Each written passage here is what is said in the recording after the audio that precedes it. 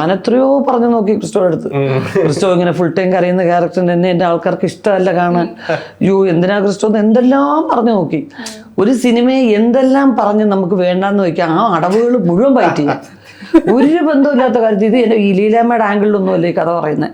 അതുകൊണ്ട് എനിക്ക് ഇഷ്ടമല്ല, ഒരു കാര്യമില്ല. ഡയറക്ടർ അയാളുടെ ആംഗിളിൽ പടം കൊടുക്കുന്നു, എനിക്കെന്ത് കാരണം ഒരു പള്ളിയിലച്ഛനെ പോലെ ഒരു പയ്യൻ വന്ന് ക്ഷമയോടെ ഇരിക്കുക, ഒന്നും പറയുന്നില്ല, വെറുതെ ഇരിക്കുന്നു. അപ്പൊ എന്താ പറയുക, എന്ത് പറഞ്ഞാൽ ഇപ്രാവശ്യം എന്ത് അടവെടുക്കാം, പിന്നെ ഇതെടുക്കാം. പലതും പറഞ്ഞു നോക്കിയാലും ശരി ചേച്ചി മിണ്ടാതെ പോകുന്നു. കുറച്ച് ദിവസം കഴിയുമ്പോൾ വീണ്ടും ചേച്ചി അപ്പൊ എപ്പോഴാ ചേച്ചി ഫ്രീ ആവുന്നത്, അച്ചോ വീണ്ടും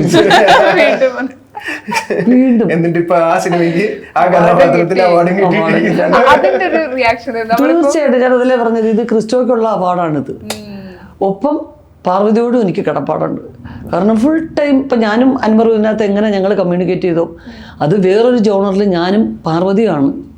അപ്പോൾ എനിക്ക് മുഖത്ത് നോക്കുമ്പോൾ എനിക്ക് ആ ഫീൽ ചെയ്യത്തക്ക രീതിയിലൊരു നല്ല നടിയായിട്ട് അവൾ നിന്നതുകൊണ്ടാണ്.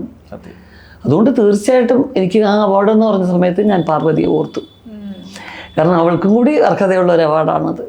അതുകൊണ്ട് ഇപ്പൊ ഒത്തിരി സിനിമകൾ ചെയ്യുമ്പോൾ അതിലെ കഥാപാത്രം ഇപ്പൊ നേരത്തെ പറഞ്ഞ പോലെ നമ്മൾ ആരെങ്കിലും ഒബ്സർവ് ചെയ്യും, എങ്കിലും റിയൽ ലൈഫിൽ ഉർവശി ഉണ്ടല്ലോ, അത് ഏത് കഥാപാത്രമായിട്ടാണ് കണക്ട് ആയിട്ടില്ല അറിയാനുള്ള ഒരു കൊതിയുണ്ട്. കാരണം വളരെ അടുത്തറിയുന്നവർക്ക് ചിലപ്പോൾ മാത്രമേ അത് തിരിച്ചറിയാൻ പറ്റൂ. ഞാൻ വളരെ ഗൗരവക്കാരിയായിട്ടുള്ള ഒരാളായിരുന്നു. വളരെ ഗൗരവം എന്ന് വെച്ച് കഴിഞ്ഞാൽ എന്താ പറയുന്നത്, ഞാനായിരുന്നു എൻ്റെ ബ്രദേഴ്സിനും എൻ്റെ വീട്ടിലെ ഇളയ പിള്ളേർക്കെല്ലാം റോൾ മോഡൽ ഞാനായിരുന്നു. ഞാൻ പറഞ്ഞാൽ അത് സത്യമായിരിക്കും, ഞാനത് സത്യമല്ലാത്ത രീതിയിൽ പെരുമാറത്തില്ല, അങ്ങനെയൊക്കെ ആയിരുന്നു. എൻ്റെ രണ്ടാങ്ങളമാരും ഞാൻ പറഞ്ഞെങ്കിലേ വിശ്വസിക്കൂ, ഞാൻ പറഞ്ഞാൽ മാത്രമേ ചെയ്യുള്ളൂ. കാരണം നീതിയല്ലാത്തൊരു കാര്യം ചെയ്യില്ല, തെറ്റാണെന്ന് തോന്നിയാൽ അത് ഉറക്കെ തന്നെ പറയും എന്നുള്ളത് ആരുടെ കൂടെ ആയാലും എനിക്ക് ശരിയായിട്ടും അല്ലാന്ന് തോന്നുന്ന കാര്യം ഞാൻ ഉറച്ച നിലപാട് തന്നെ എടുക്കും. അതിനുവേണ്ടി ഞാൻ സംസാരിക്കും. എനിക്ക് ഏറ്റവും ഇഷ്ടം കലേഷിനോട് എനിക്ക് ഒത്തിരി ഇഷ്ടമുണ്ടെന്നുണ്ടെങ്കിൽ കലേഷിനെ കുറിച്ച് ആര് മോശം പറഞ്ഞാലും ഞാൻ അതിന് എതിരെ തർക്കിച്ച് നിൽക്കും.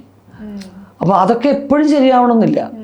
ഞാൻ എനിക്ക് വേണ്ടപ്പെട്ട ഒരാളുമായിട്ട് ഞാൻ 1.5 മണിക്കൂറോളം ലാൻഡ് ലൈൻ ഫോണിൽ എൻ്റെ ഒരു കൂട്ടുകാരിക്ക് വേണ്ടി തർക്കിച്ചുകൊണ്ട് നിൽക്കുകയാണ്. രാത്രി ഏകദേശം ഒരു 10 മണി മുതൽ 11:30 വരെ ഈ തർക്കം മാത്രം. ഒത്തിരി ബില്ലായി, എൻ്റെ അങ്കിളുടെ പേരിലാണ് അത് ബില്ല്. അദ്ദേഹം സെൻട്രൽ ഗവൺമെൻറ് ഉദ്യോഗസ്ഥനാണ്. അത് ഭയങ്കരമായിട്ട് ഈ ബില്ലായിട്ട് ഇഷ്യൂ വരാൻ അദ്ദേഹത്തിന് അങ്ങനെ അത്രയൊന്നും ബില്ലാക്കാൻ പറ്റില്ല ഫോണിലൊന്നും. അപ്പം എന്താണെന്ന് ചോദിച്ചു കഴിഞ്ഞാൽ അവസാനം ഫോൺ വെച്ച് കഴിഞ്ഞാൽ ചിന്തിച്ചപ്പോൾ ഇത്രയും നേരം എന്തിനു വേണ്ടിയാണ് സംസാരിച്ചുകൊണ്ടിരുന്നത്.